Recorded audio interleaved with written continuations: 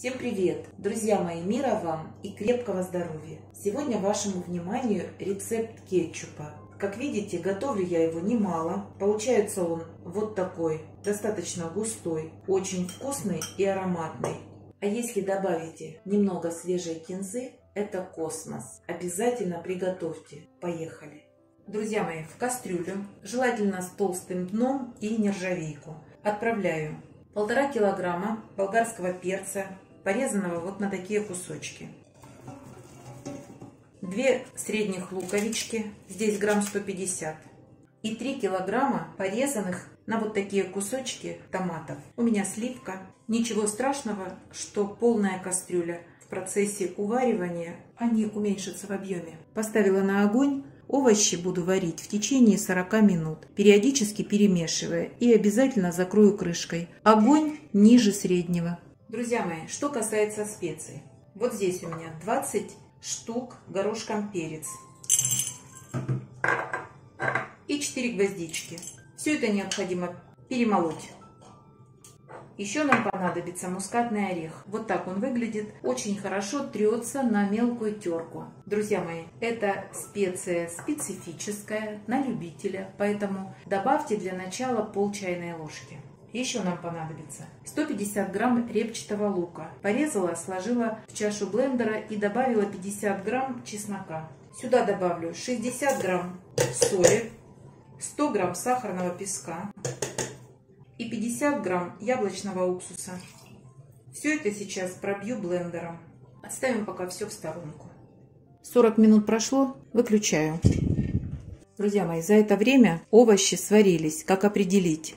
От помидоров и от перца отходит кожура. Если у вас нет блендера, вы сейчас в таком состоянии овощи можете смело протирать через сито. Я буду пробивать блендером, погружным, обычным.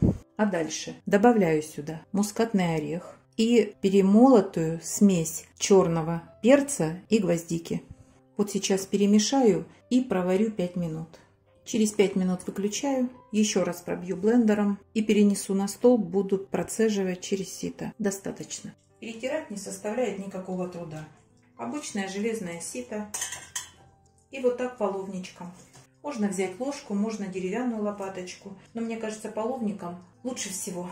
Вот так сейчас всю массу перетру. Продолжаем. Вот здесь у меня протертые через сито овощи. А здесь, как вы помните, я блендером пробила лук, чеснок. Все это должно быть пробито вот до такого же состояния, как у нас овощи. Добавляю сюда 20 грамм крахмала и хорошо размешаю до однородности. Крахмал очень хорошо разойдется. Выливаю в наш кетчуп, перемешаю. Добавлю 1 острый перец, а в конце варки его уберу. Он оставит свою остроту. Обязательно хорошо перемешиваем и поставлю на огонь. Друзья мои, с момента закипания буду варить кетчуп в течение 15 минут, непрерывно помешивая, так как в составе крахмал. Он может оседать на дно и пригореть. Не вижу ничего страшного добавить в кетчуп крахмал. Это натуральный продукт. Сейчас еще 5 минут покипит и буду разливать. Думаю, что процесс понятен. Кетчуп вкусный. Сегодня использовать буду винтовые крышки. Наливаю кетчуп в банки. Обязательно перемешивайте, потому что может гуще оседать на дно. Под самый верх прикрываем. Попробуйте найти резьбу и затягивайте. Никаких усилий не надо прикладывать к крышке. Используйте крышку один раз. Процесс понятен. Обязательно переверните на крышку. Проверьте, что нигде крышка не подтекает. Все это делайте аккуратно, придерживая банку и за донышко, и за крышку обязательно. Накрою салфеткой и накрою сейчас теплым пледом сверху. И до полного остывания. Все, друзья мои. А вы не забывайте подписываться на наш с Петровичем канал. Пока-пока.